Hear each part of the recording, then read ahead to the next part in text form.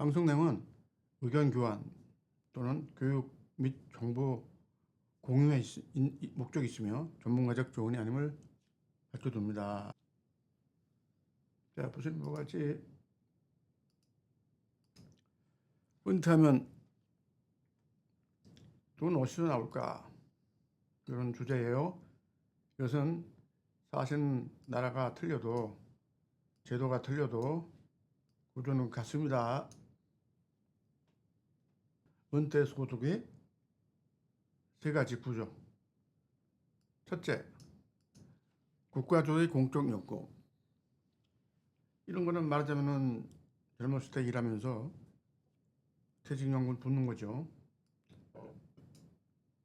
네, 그것이 국가 주도의 공적연금이고, 또 하나는 사적으로 개인적으로 추가로 퇴직연금을 주는 게 있고, 세 번째로는 기타 캐시플로, 즉 현금이 나올 수 있는 부동산이나 비즈니스나 주식, 파트타임, 소득 같은 것이 있겠죠. 이 세 가지를 이해하시면은 어느 나라에 계시든 은퇴 제도에 대해서 이야기가 쉽습니다. 자, 그러면 첫 번째로 국가 주도의 공적연금. 이것은 호주 같으면은 에이지 펜션, 그다음에 한국 같은 국민연금, 그다음에 일본 같은 후생연금, 미국 같은 소셜 시큐리티 뭐 등등 있겠죠. 그래서 이것은 최소 은퇴했을 때 그 사람들의 최소 생활 보장하기 위한 목적이고, 자산과 소득과 이런 걸 테스트를 해서 결정하죠. 이것은 컴포터블 라이프, 즉 은퇴 후에 편안한 노후를 보장하는 것이 아니라 기본적인 생활을 받쳐주는 역할 정도로 이해하시면 되겠죠.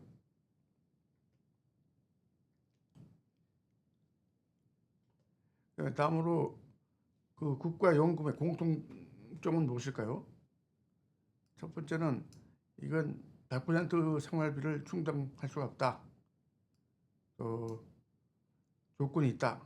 그 다음에 정치 재정상의 영향을 받아서 국가 간의 차이는 금액이나 조건은 있겠지만은 구조는 똑같다. 이렇게 이해하시면 되겠어요. 자, 그다음에 보실 거는 사적 퇴직연금. 이것은 호주 같으면은 직장 생활하는 동안에 고용주의 의무로서 슈퍼애니션 가란티라고 해서 그 고용주가 약 9%, 연도별로 다 틀리죠. 그를 종업원의 퇴직연금 창구에, 슈퍼애니션 창구에 넣어주는 것이고, 퇴직연금 이것을 말하자면은 개인적으로 자영업자나 프리랜서, 이것이 또 직장 생활에 관계없이 할 수 있는 그 항목이 IRP라고 있고, 미국 같은 경우는 401K라고 해가지고 그것이 재직 중에, 회사 재직 중에 퇴직 보험료를 내는 것이죠. 그래서 이것은 강제 반강제성이 있으나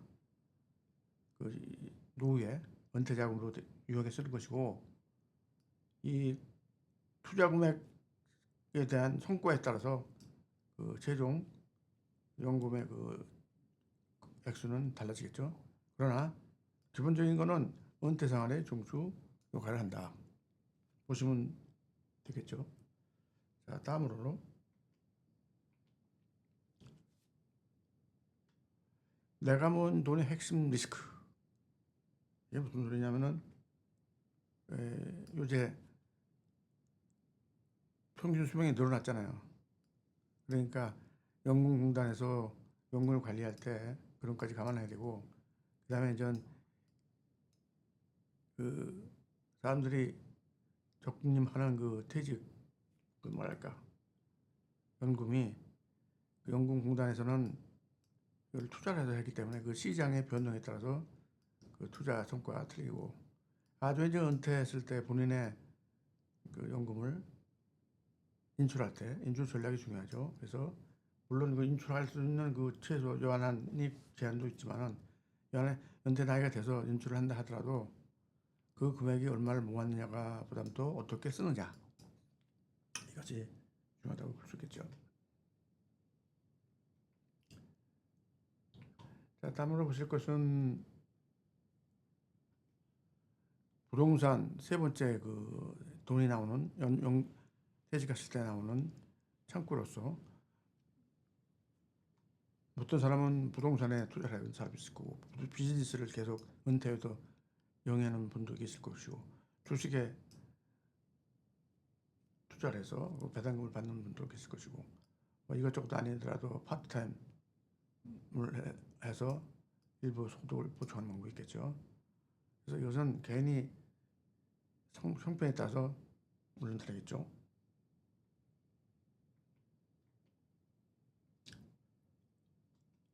자, 그러면 돈 얘기가 나왔으니까 말이죠. 돈은 가만히 자동수에 놓아두면은 이자가 안 붙죠.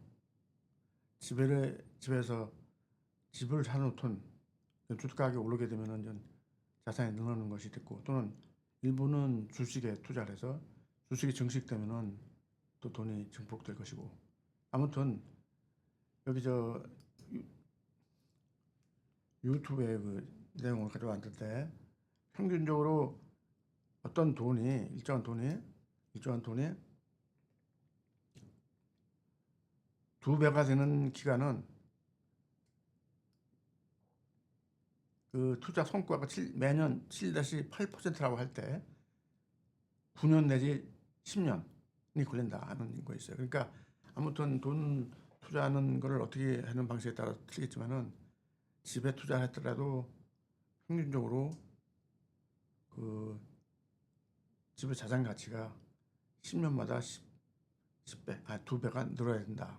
물론 이것은 나라마다 그 은행 이자율이 어떻게 되는지 아는 거에 따라서 다르겠지만은 그 계속 나라가 성장하고 물가가 계속 오르는 과정에서 평균적으로 봤을 때 이런 얘기가 나오죠. 그래서 한 10년대 정도마다 자산 가치가 2배가 된다. 그러면 전 생각해야 될 점이 주식에 투자했을 때 그 평균 투자 성과나 집에 투자했을 때의 평균 자산 증식이나 이런 것이 어느 정도 되느냐를 따져보시기 바랍니다.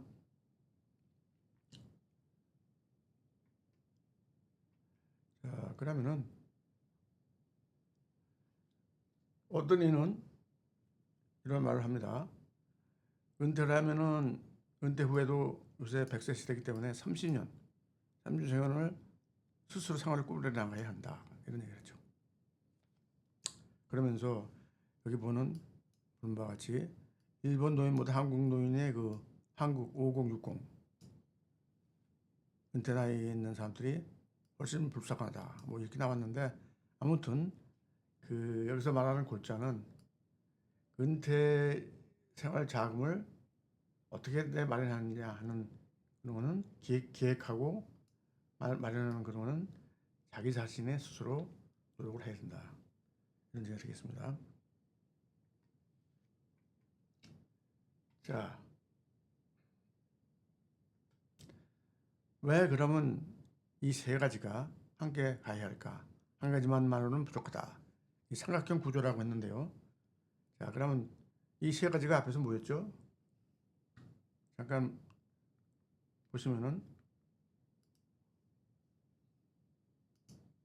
자, 이거였죠.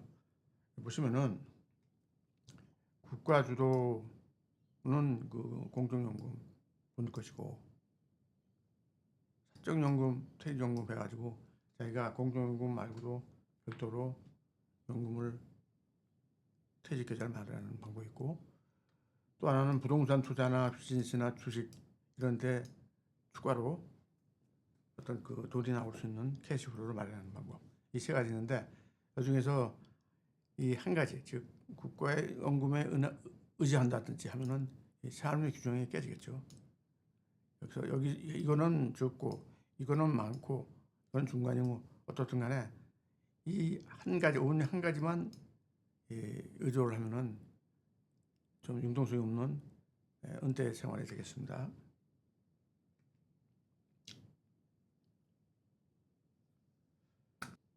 왜 그러면 이 세 가지가 항상 가야 할까? 즉, 한 가지만 부족하면 삼각형 구조가 무너진다고 그랬죠? 그 이유는 여러분들의 은퇴 소득이 어디에 지쳤는지 각자 질문에 맡기겠습니다.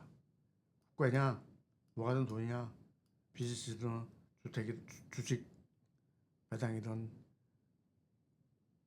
또는 파트타임 일이든 어디서 따는 소득 창구가 있느냐 하는 것이 한번 우리 은퇴 생활하는 노인들이 자문자답해야 할 시간이라고 봅니다.